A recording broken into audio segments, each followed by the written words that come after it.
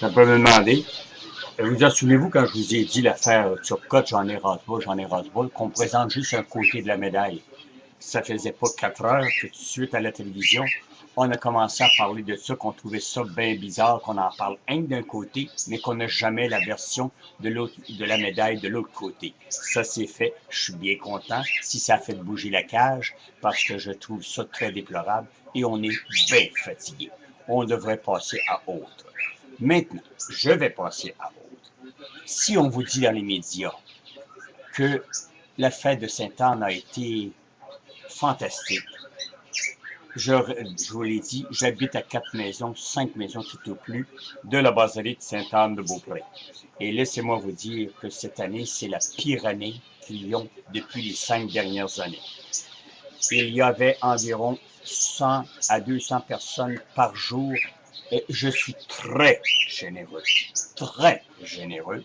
Il y a même des jours où on se demandait si on voyait les portes ouvertes, on ne voyait pas un chat. Il y a eu un peu de monde hier parce que la fête de Sainte-Anne, ça se terminait hier soir. Là, il y a eu un petit peu plus, mais pas des milliers. Non, non, non. On a rempli l'église, c'est tout un point. Il y avait environ 1000 voitures. 1000 voitures, si je le mets à 3 personnes par voiture, parce que bien des gens qui viennent seuls en voiture, alors on peut y mettre un 3000. Et si un 3000 personnes, c'était le comble. Mais les médias se doivent, vous savez comment est-ce que c'est un guet-apens, les médias se doivent de dire qu'il y avait beaucoup de gens parce que les frères, les pères rédemptoristes, les pères qui s'occupent de la basilique, ne veulent pas ébruiter l'affaire pour tout simplement pour pas, comprenez-vous, passer pour Blanche-Neige. Ben, c'est à cause de leurs pédophiles, si aujourd'hui, probablement, qu'il y avait moins de monde cette semaine, que ça a été une semaine désastreuse. Je vous avais dit, je vais vous arriver avec des petites anecdotes. Une boîte de 1000 médailles leur coûte certaines médailles 11,27 $. Il y en a 1000 qu'on revend 75 sous à 1,25 $ la pièce. Faites le bilan au bout de la ligne. Ah, comment ça coûte? Vous avez un chapelet. Vous allez dans les 4-5 boutiques qui sont autour de la basilique, mais qui sont pignon sur rue. Évidemment, sur l'avenue Royale, la rue du Sanctuaire. Vous voyez un beau gros chapelet, très beau chapelet à 39,99 $. Le même chapelet, quand vous allez à la basilique, au magasin de la basilique en arrière, il est franchisé à 89,99 $.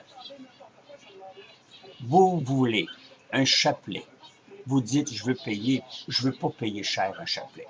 Ben, un chapelet d'enfant, parce qu'on avait une commande, je l'avais déjà dit, d'une madame qui voulait avoir un chapelet béni de Sainte-Anne-de-Beaupré. Alors, le chapelet le moindre, le plus médiocre que pas, un chapelet enfant pour enfant, m'avait coûté 43 $ et quelque chose avec les taxes, et j'ai été obligé d'aller le faire bénir, évidemment, parce que c'était l'hiver, c'était pas ouvert comme aujourd'hui. Vous êtes-vous imaginé?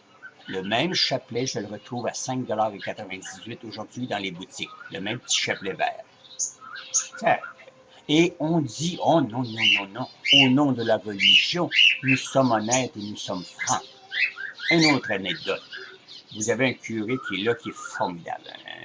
Un prêtre, c'est-à-dire qui est bien formidable. Jean-Luc Tremblay. Si vous avez envie de le voir, un curé, un prêtre, bien au bout. Comprenez-vous, je veux dire, qui va avec son temps. C'est Jean-Luc. Pourtant, ces prêtres-là ne sont pas censés nous conter des mensonges en pleine figure. Alors, il arrive un autre prêtre qui dit à un ami à nous qui va ouvrir un restaurant très bientôt, dans cette semaine, Monsieur curé, je voudrais avoir 4 stationnements en arrière de l'auberge.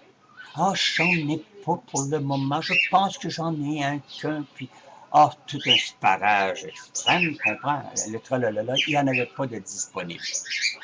Le prêtre Tremblay, Jean-Luc de son prénom, arrive par pur hasard.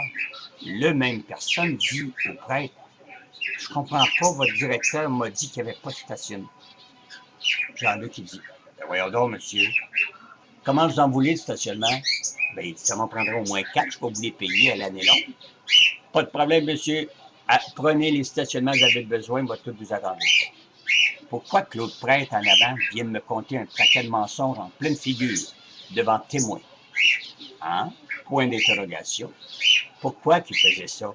Parce qu'il voulait tirer la couverte et puis vendre les stationnements plus chers, gagne de morons. C'est ça que vous voulez que je te dise. Chaque religion a ses morons. Salut!